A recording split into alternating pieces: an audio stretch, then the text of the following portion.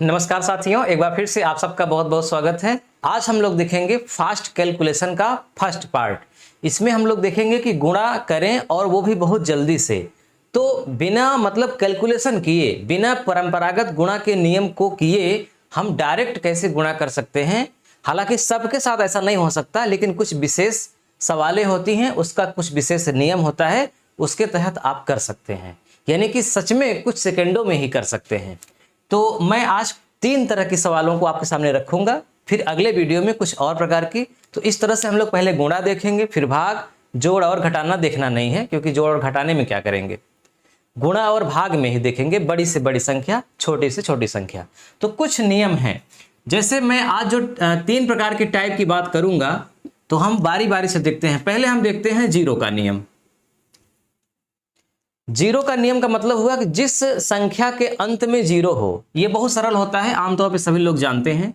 जैसे मान लीजिए लिखा है 200 और आपसे कहा जाए कि 200 का 51 में गुणा करो तो क्या होगा। तो आप केवल 2 का 51 में गुणा कर दीजिए। 2 का 51 में गुणा करेंगे तो क्या होगा, 102, और लास्ट में जितने जीरो हैं उतने बढ़ा दो, सवाल आपकी लग गई।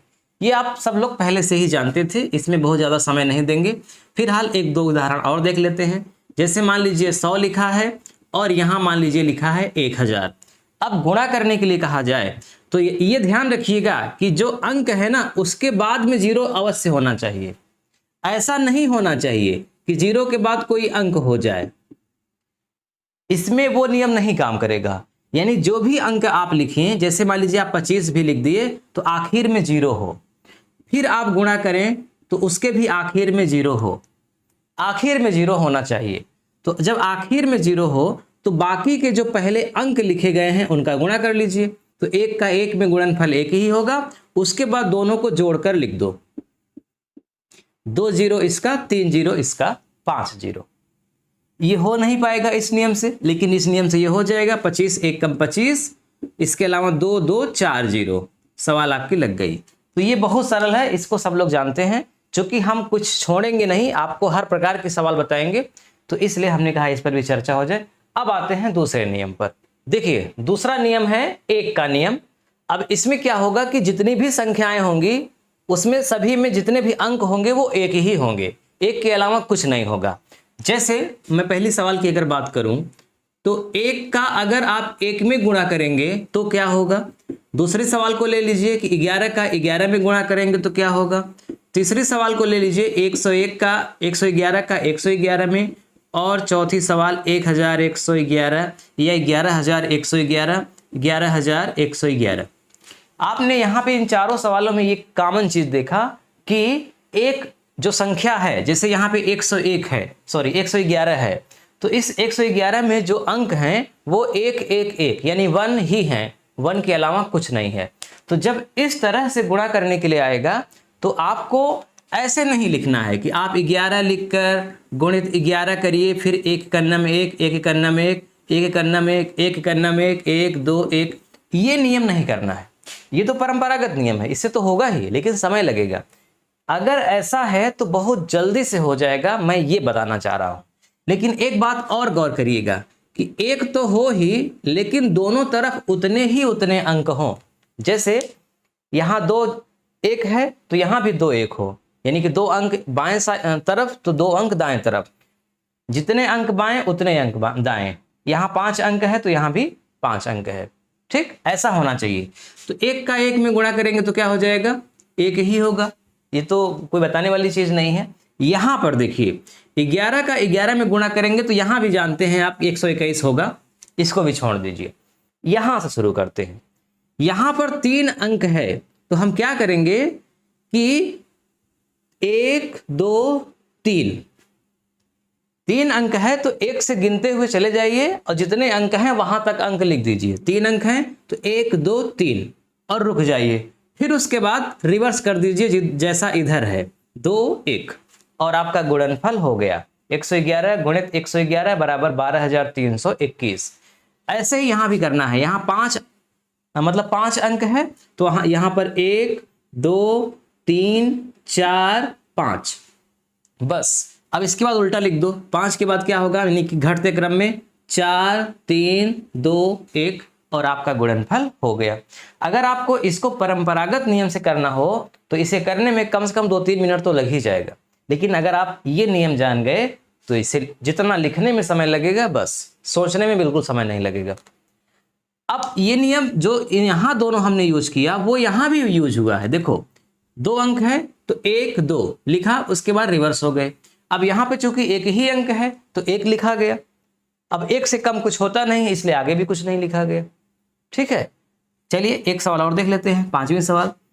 1 2 3 4 5 6 7 गुणित 1 2 3 4 5 6 7 यानी इकाई, दहाई, सैकड़ा, हजार, 10,000, लाख, 10 लाख, 11 लाख 11,111 का इतने में ही गुणा करना है। अब आप करोगे तो बहुत समय लगेगा, लेकिन आपको क्या करना है, बस 1 2 3 4 5 6 7 1 2 3 4 5 6 7 रिवर्स कर दीजिए 6 5 4 3 2 1 और आपका गुणनफल हो गया। कैलकुलेटर से भी चेक कर सकते हैं। तो हमने दोनों नियम देखा जो कि बहुत सरल थे। एक 0 का नियम जिसमें केवल हमें अंत में 0 बढ़ाना होता है, और दूसरा वाला नियम 1 का नियम जिसमें 1 ही रहता है और दोनों तरफ रहता है, सेम अंक रहता है।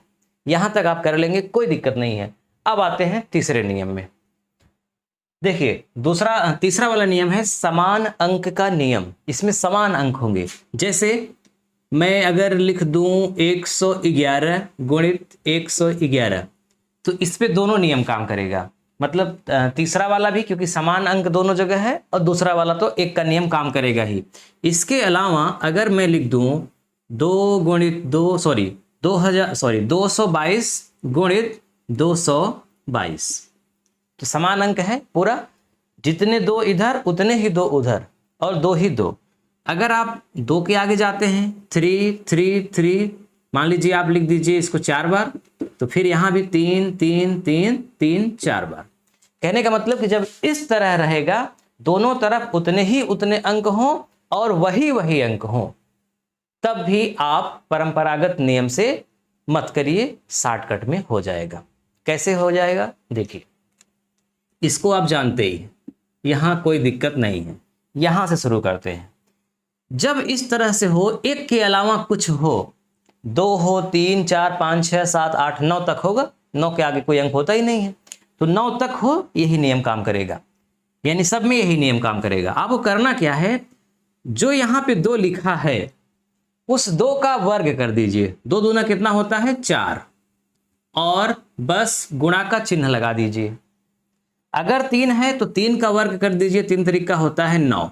अगर आप वर्ग को नहीं समझते हैं तो इतना याद रखिए कि पहले वाले का पहले वाले में गुणा कर दीजिए। 2 दूना 4, यहां भी पहले वाले का पहले वाले में गुणा कर दीजिए। 3 3 का 9, समझ गए।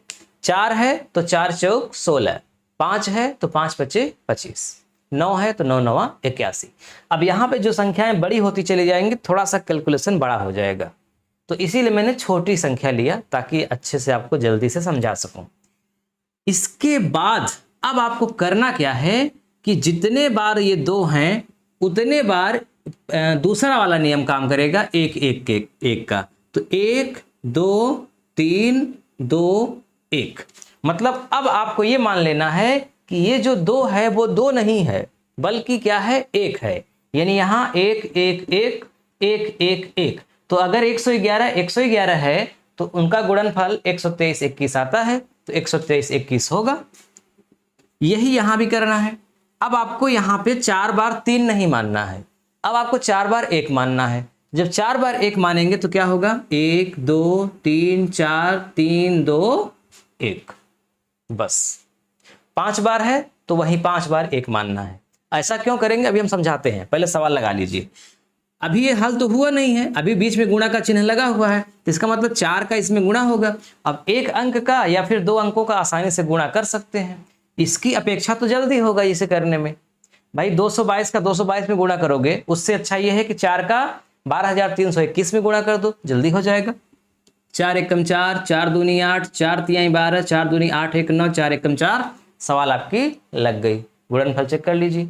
यहाँ भी 9 एकम 9, 9 दूनी 18, 9 त्रिक 27 1 28, 9 चौक 36 और 2 38, 9 त्रिक 27 3 30, 9 दूनी 18 3 21, 9 का 9 9 2 11। यहाँ गुणनफल आप चेक कर सकते हैं। तो मुझे लगता है कि अब आपको ये भी बात समझ में आ गई कि जब समान अंक होगा तो हम कैसे करेंगे। लेकिन अभी थोड़ा सा मतलब एक संशय मन में बना होगा कि आखिर ऐसा क्यों किया गया। थोड़ा सा इसे भी अगर जान लेंगे तो एलर्जी तो हो नहीं जाएगी, अच्छी बात होगी, कॉन्फिडेंस बढ़ जाएगा, हमको जानकारी रहेगी पूरी बात की। तो अब हम आपको समझा देते हैं थोड़ा सा कि आखिर ये क्यों हुआ।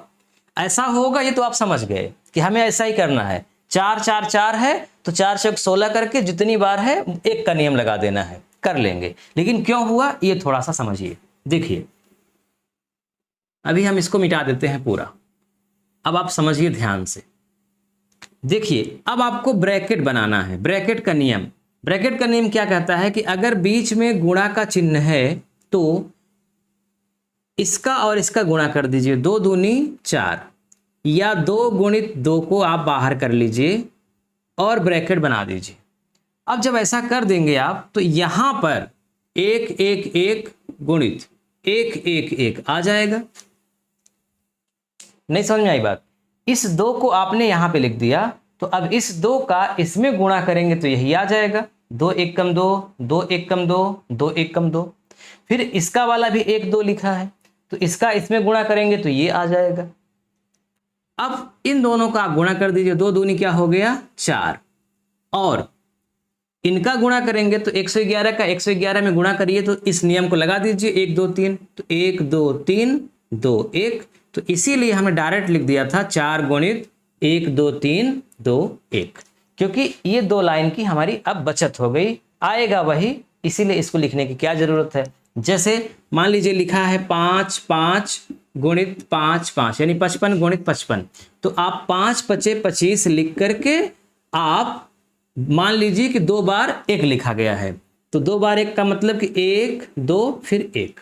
तो अब आप गुणा कर दीजिए 25 का 121 में, सवाल आपकी लग गई।